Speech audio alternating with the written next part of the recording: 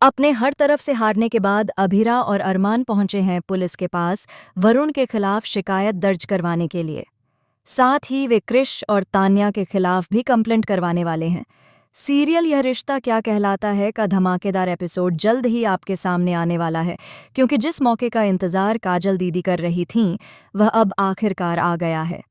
काजल दीदी क्रिश और तान्या को समझाती हैं कि अगर उन्हें अरमान और अभीरा से ऊपर उठना है और उनसे ज्यादा इज्जत कमानी है तो एक ही तरीका है, उन्हें नीचे दिखाना। इसके बाद दिखेगा कि क्रिश और तान्या मिलकर मायरा को मैनिपुलेट करते हैं। मायरा के एनुअल फंक्शन डे के दिन जहां अरमान और अभीरा को जाना था, वहां मायरा पोदार हाउस से अपने चाचा और चाची यानी क्रिश और तान्या को लेकर पहुंच जाती है। स्कूल वाले भी चाहते थे कि मायरा के साथ वही लोग आएं। इस बात से अभीरा काफ़ी अपसेट हो जाती है। उसका साथ देने के लिए अरमान तुरंत क्रिश से भिड़ जाता है। स्थिति इतनी बिगड़ जाती है कि फैकल्टी के लोग आकर उन दोनों को अलग करते हैं। इसके बाद अरमान और अभीरा लीगल हेल्प लेने का फैसला करते हैं। कोर्ट जाने के बजाय वे सबसे पहले पुलिस स्टेशन पहुंचते हैं, जहां वे दोबारा शिकायत दर्ज करवाते हैं और एक महिला पुलिस अधिकारी को बताते हैं कि कैसे अभीरा के साथ लगातार हैरेसमेंट हो रहा है और वह मानसिक रूप से परेशान है। हालांकि शिकायत दर्ज होने के बाद भी कोई खास कार्रवाई नहीं होती। मामला कोर्ट तक पहुंच जाता है। जब जांच शुरू होती है तो अभीरा खुद ही इस केस की तह तक जाने का फैसला करती है। वह यह पता लगाने की कोशिश करती है कि आखिर वीडियो अपलोड करने वाला व्यक्ति कौन था। तभी उसे सच्चाई का पता चलता है कि यह सब वरुण ने किया था। वरुण के गैंग का एक लड़का अभीरा की मदद करता है।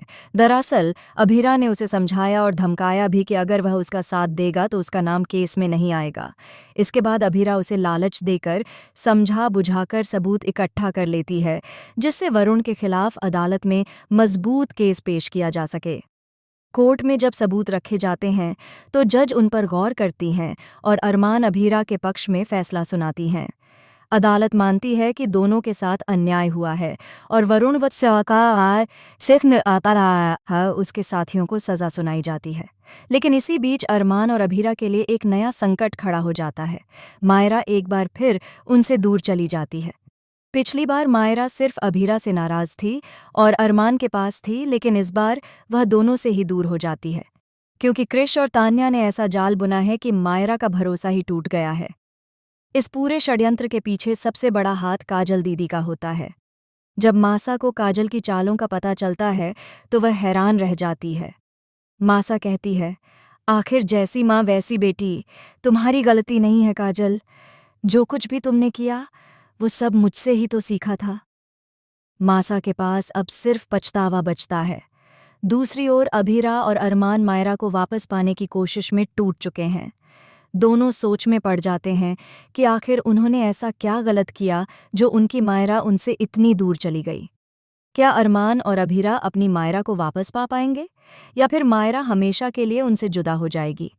कमेंट बॉक्स में बताएं आपको क्या लगता है। और ऐसे ही धमाकेदार ट्विस्ट और अपडेट्स जानने के लिए चैनल को सब्सक्राइब करना न भूलें।